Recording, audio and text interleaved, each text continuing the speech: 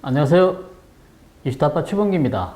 오늘은 바티칸과 중국이 외교관계 정상화를 놓고 벌이는 신경전과 만약 이 두 나라가 수교할 경우 대만의 운명은 어떻게 될 것인지 알아보려고 합니다. 총 면적 0.44제곱킬로미터인 바티칸 시국, 즉 교황청은 세계에서 가장 작은 나라입니다. 바티칸의 국가원수는 교황이죠. 예수 그리스도의 제자인 성 베드로의 후계자이자 하느님의 지산 대리인입니다. 교황의 권위는 절대적이고 신성 불가침합니다. 교황이 가진 대표적 권한은 사제와 주교 임명권입니다. 교황이 통치하는 바티칸의 인구는 약 1000여 명이고 크기는 서울 상계동 정도로 지구상에서는 가장 작은 나라이지만 소프트파워는 막강합니다. 단일 교단으로서는 세계 최대 규모인 13억에 이르는 신자를 보유한 바티칸이 단일 국가로는 세계 최대 인구를 가진 14억 중국과 지금 신경전을 벌이고 있다고 합니다. 어떤 신경전일까요? 그런데 이 두 나라 사이의 가장 큰 걸림돌은 역시 대만이라고 합니다. 지난 10월 24일 이탈리아 최대 일간지 코리에르 델라 세라는 중국 정부가 바티칸 수교 전제 조건으로 대만과 선단교를 요구했다고 보도했습니다. 이에 대해 바티칸은 베이징에 대사관을 설치하는 것이 우선이다라고 답변한 것으로 알려졌는데요. 바티칸, 중국 수교설이 타전될 때마다 벙어리 냉각을 말는 것은 대만입니다. 현재 바티칸은 몇 안 되는 대만의 공식 수교국이죠. 만약 중국 측의 요구대로 바티칸이 대만과 단교할 경우 대만은 유럽 유일 외교 거점을 잃게 될 것입니다.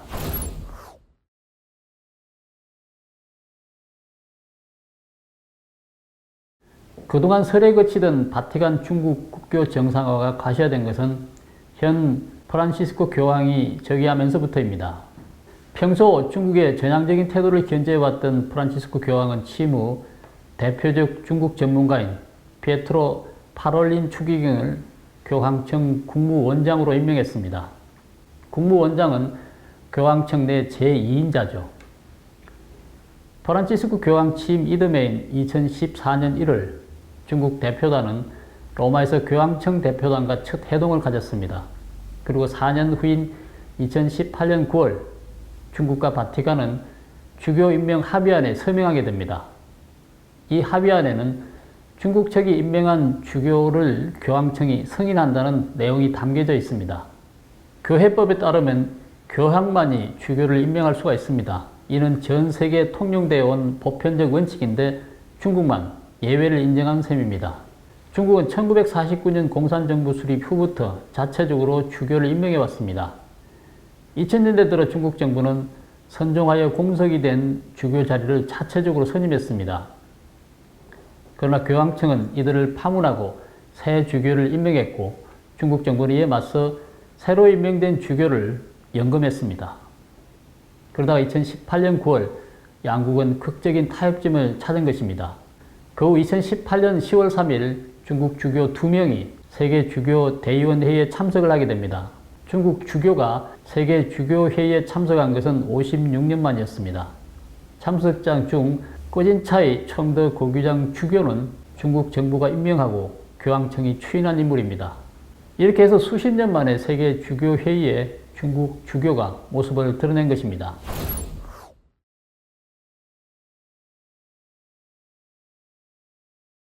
지난해인 2020년 9월 바티칸은 2018년 합의를 2년 연장한다고 발표했습니다. 당시 마이크 폼페이오 국무장관은 자신의 트위터에 바티칸이 중국과의 합의를 갱신한다면 그 도덕적 권위가 실추될 것이라며 노골적으로 거부감을 표시하기도 했습니다. 가톨릭의 중국 진출과 그동안 어떤 일이 있었는지 간단히 살펴보도록 하겠습니다. 가톨릭 교회의 중국 선교가 본격 시작된 것은 명나라 말에서 청나라 초입니다. 1534년 예수의 공동 창립자로서 해외 선교를 책임졌던 프란시스코 하비에르가 동방 선교에 주력했지만 결국 중국 땅을 밟지는 못했습니다. 그의 사후 다른 선교사들이 처음으로 중국 땅에 발을 디뎠죠. 이탈리아 출신 마테오 리치와 아담 샬 등 예수의 선교사들은 중국에서 하나님의 사명을 다했습니다.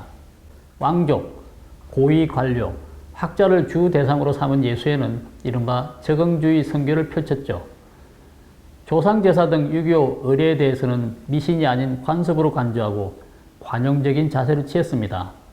그 덕분에 천주교는 점차 뿌리를 내리기 시작했고 마테오 리치가 세상을 떠날 무렵 신자 수는 27만 명에 달했다고 합니다.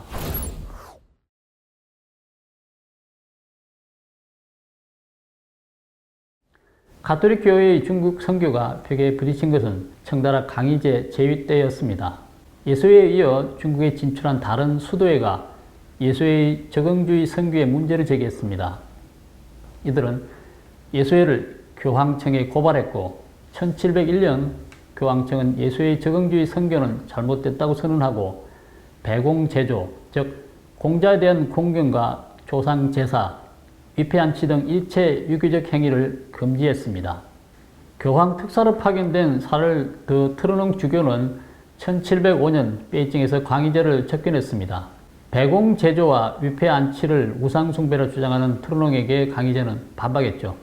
광희제는 공자는 중국인들의 위대한 스승이기에 존경받는다. 다만 우리는 행복, 벼슬, 재물을 얻으려 공자 이름을 부르짖으며 기도하지 않는다. 우리는 조상의 위패를 모시지만 그 안에 조상의 영혼이 거한다고 믿지 않는다고 말했습니다. 그리고 강희제는 예수회가 제시한 적응주의 선교 정책을 따르지 않는 외국 선교사들에게 중국 땅을 떠나라고 명령했습니다. 또한 예수회를 제외한 기타 교단의 선교를 금지시켰죠. 가톨릭은 예수회의 선교를 금지시켰고 중국 또한 예수회를 제외한 다른 교단의 선교를 금지시킴으로써 결국 가톨릭 교회의 중국 선교는 그 막을 내리게 됩니다. 그러다가 제1, 2차 아편전쟁을 거친 후 가톨릭 교회의 중국 선교는 다시 재개됩니다. 전쟁에 패배한 청나라는 강제로 문호를 개방했고 가톨릭 선교사들도 다시금 중국 땅을 밟게 되었습니다. 이번에는 파리 외방 정교회가 앞장을 섰습니다. 선교사들의 활력으로 교세는 다시 확장됐죠. 1911년 신해혁명 이듬해 중화민국이 건국됐습니다. 중화민국이 사상, 종교의 자유를 보장하는 덕분에 선교사들은 교세를 더욱 확장해 나갈 수 있었습니다.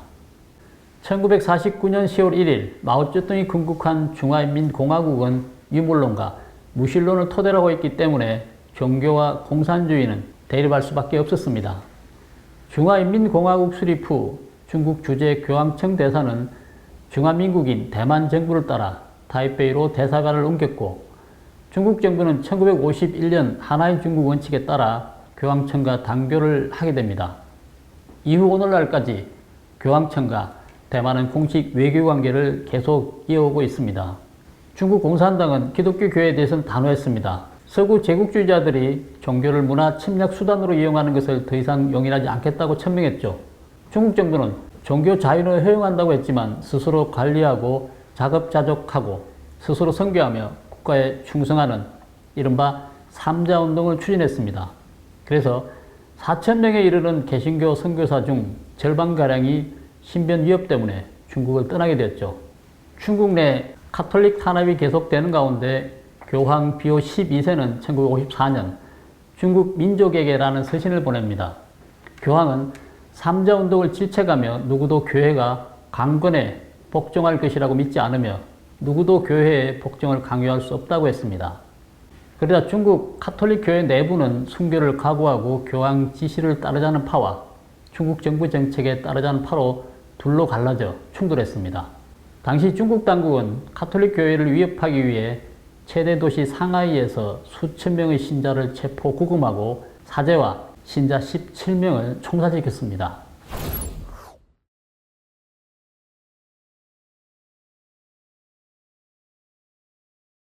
그 후에도 중국 공산정부의 강경책은 계속 이어졌습니다.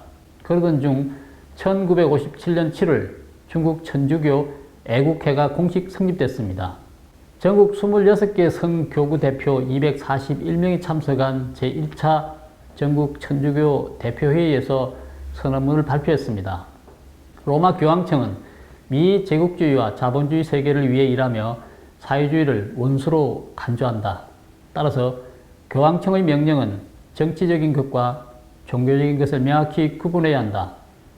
종교 메시지의 형식을 빌렸으나 실제는 사회주의에 반대하는 명령을 우리는 받아들일 수 없다고 주장했습니다. 중국 천주교 애국회는 교황청과 순수한 종교 관계는 유지하되 정치, 경제적 관계는 단절한다고 밝혔죠. 천주교 애국회는 또한 주교를 스스로 선출하는 자선, 자성 원칙도 확립하고 교황청과는 공식 결별했습니다.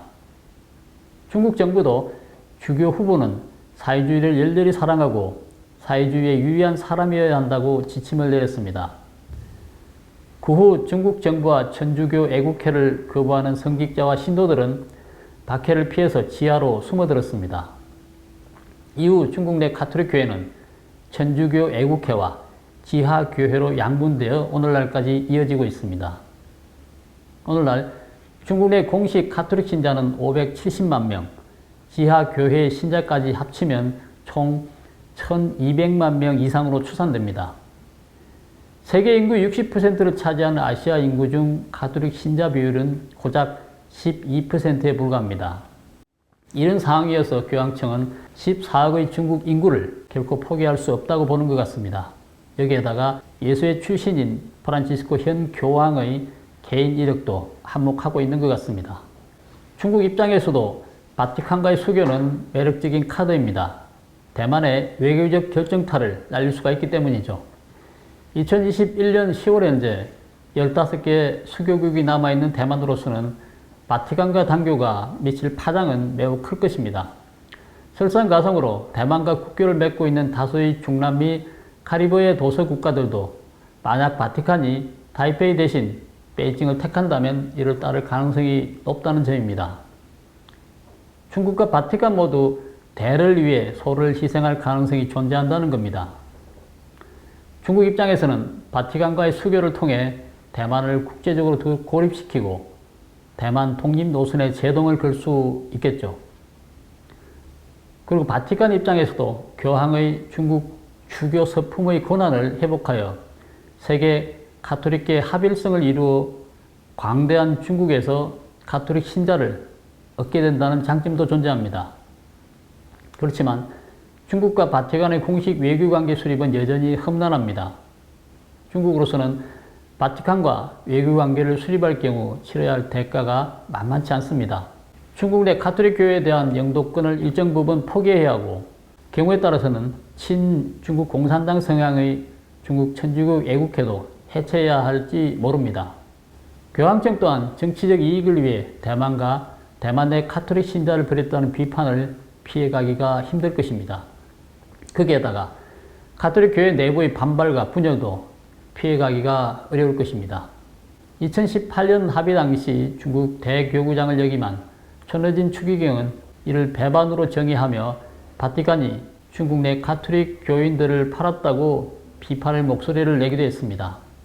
천러진은 2006년 중국인 최초로 교황 다음 최고위직인 추기경에 서임됐습니다.